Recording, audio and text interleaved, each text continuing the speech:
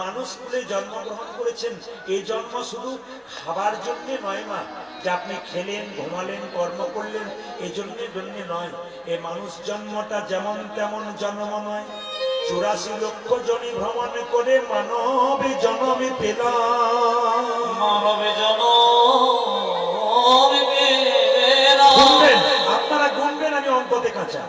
20 লক্ষ বার গাছ গাছেরা রূপে জন্মে নিলাম। গাছি গাছিরা রূপে আমি জন্ম নিলাম। কত রকমের গাছ হতে হতে যেদিন তুলসী বৃক্ষ রূপে জন্মে নিলাম। যেদিন তুলসীর পাতা গোবিন্দের সেবায় লাগিল। তুলসীর পাতা গোবিন্দের সেবায় লাগিল। যেদিন তুলসীর ডাল কণ্ঠে মালা করে ভক্ত নিল, সেই দিন আমার তুলসী গাছ জন্মে থেকে মুক্তি পেয়ে গেলাম। কত হলো মায়েরা? 20, 9 লক্ষ বার, 11 লক্ষ বার কি করলাম মায়েরা? 9 লক্ষ বার জলে জন্ম নিলাম। কত রকমের জলজ প্রাণী হতে হতে যেদিন আমি শঙ্খ রূপে জন্ম নিলাম।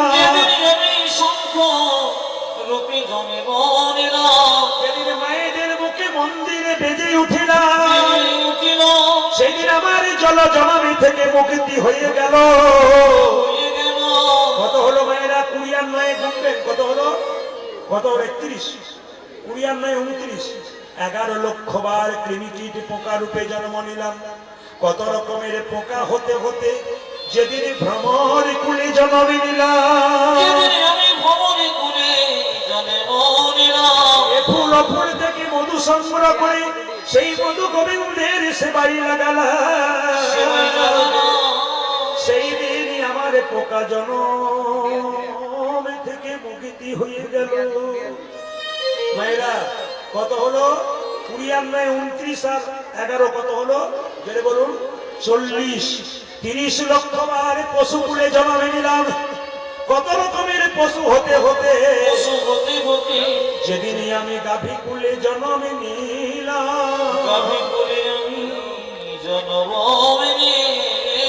যেদিন গাভীর চামড়া দিয়ে শিখল তৈরি হলো, মহাপ্রভুর নাম কীর্তনে বেজে উঠিলাম।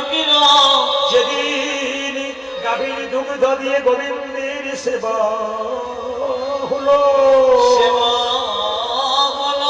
সেই দিন আমার পশু জন্মে থেকে মুক্তি হয়ে গেল।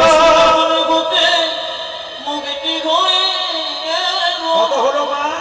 70 গুনবেন, 70। 10 লক্ষ বার পাখি কুলে জন্মে নিতে নিতে কত রকমের পাখি হতে হতে যেদিন ময়ূর কুলে জন্মে নিলাম। যেদিন ময়ূর কুলে জন্ম নিয়ে আমার পুচ্ছটি গোবিন্দ মস্তকে নিল, সেদিন আমার পাখি জন্মে থেকে মুক্তি হয়ে গেল। তাই নয়, 14 লক্ষ বার বানর কুলে জন্ম নিলাম। কত রকমের প্রজাতির বানর হতে হতে যেদিন আমি হনুমান হয়ে গেলাম রাম ভক্ত। যেদিন রামের চরণ লাভ করলাম, সেদিন আমার পশু জন্মে হনুমান বানর কুল থেকে মুক্তি পেল। মায়েরা কোন দিন বলে রাখি, দেখবেন সীতাকে উদ্ধার করেছিল কে? হনুমান। সীতা মাকে যখন হনুমান উদ্ধার করলো, হনুমানকে একটা মতির মালা দিল। এই সীতা, হনু, এই দেখ তোকে মতির মালা দিলাম। মতির মালাকে হনুমান নিল। প্রথমে কপালে ঠেকালো, কানে ঠেকালো, চোখে ঠেকালো, নাক দিয়ে শুকে শুকে দেখলো, জিভ দিয়ে চেটে চেটে দেখলো, তারপর দাঁত দিয়ে কেটে কেটে 64 টুকরো করলো। এই 64 টুকরোটা 63 হলো না 65 হলো না কেন? ত্রেতা যুগের এই 64 টুকরো মালা মায়েরা, এই 64 টুকরো কলি যুগে নাকি 64 মহান্ত শাস্ত্র বললো, আমি বলি না। 64 মহান্ত রূপে এলো।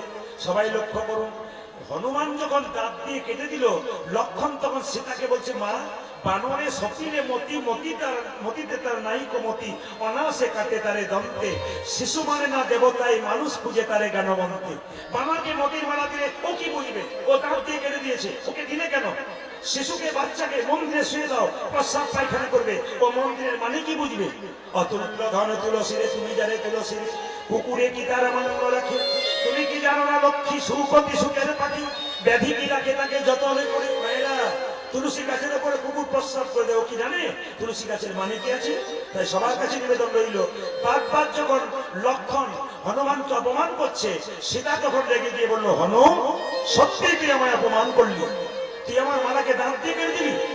আমরা হলে রেগে যেতাম। হনুমান কত বড় পরম বৈষ্ণব দেখুন, কেঁদে কেঁদে বলছে, মা গো আমি কি তোমার মালাকে কোনোদিনই অপমান করতে পারি? মাগো তোমার মালা কি আমি কোনদিনই অপমান করিতে পারি? এ তো যেমন তেমন মালা নয়, আমার মায়ের দেওয়া প্রেমের মালা, ভালোবাসার মালা। ভালোবাসার মালা। এ মালাকে প্রথমে কপালে ঠেকালাম কেন জানো? কেন জানো? এ তো আমার মায়ের দেওয়া প্রেমের মালা বলে। তারপর কানে ঠেকালাম কেন জানো?